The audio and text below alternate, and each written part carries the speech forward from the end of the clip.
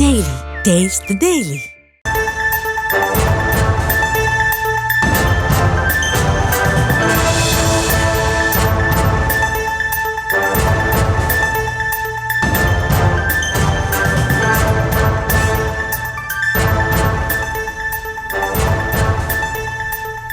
அண்மை செய்தி. சேலம் சின்ன கொல்லப்பட்டி பகுதியில் எரிந்த நிலையில் 60 வயது பெண் சடலமாக மீட்கப்பட்டிருக்கிறார். இதுகுறித்து கண்ணங்குறிச்சி காவல்துறையினர் விசாரணை மேற்கொண்டு வருகிறார்கள்.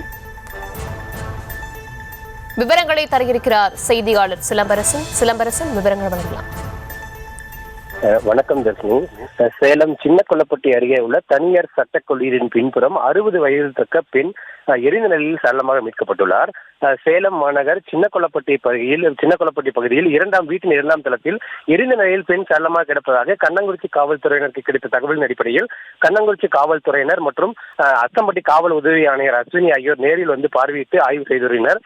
குறிப்பாக உயிரிழந்த பெண் திண்டுக்கல் மாவட்டத்தைச் சேர்ந்த அன்னலட்சுமி என்பதும் இவர் தன்னுடைய மகளை கண்ணங்குறிச்சி பகுதியில் இருப்பதாகவும் தான் தனியாக கடந்த 1 மாதமாக தனியாக இந்த இரண்டாம் தளத்தில் வசித்து வந்ததும் முதற்கட்ட விசாரணை தெரிய வந்துள்ளது.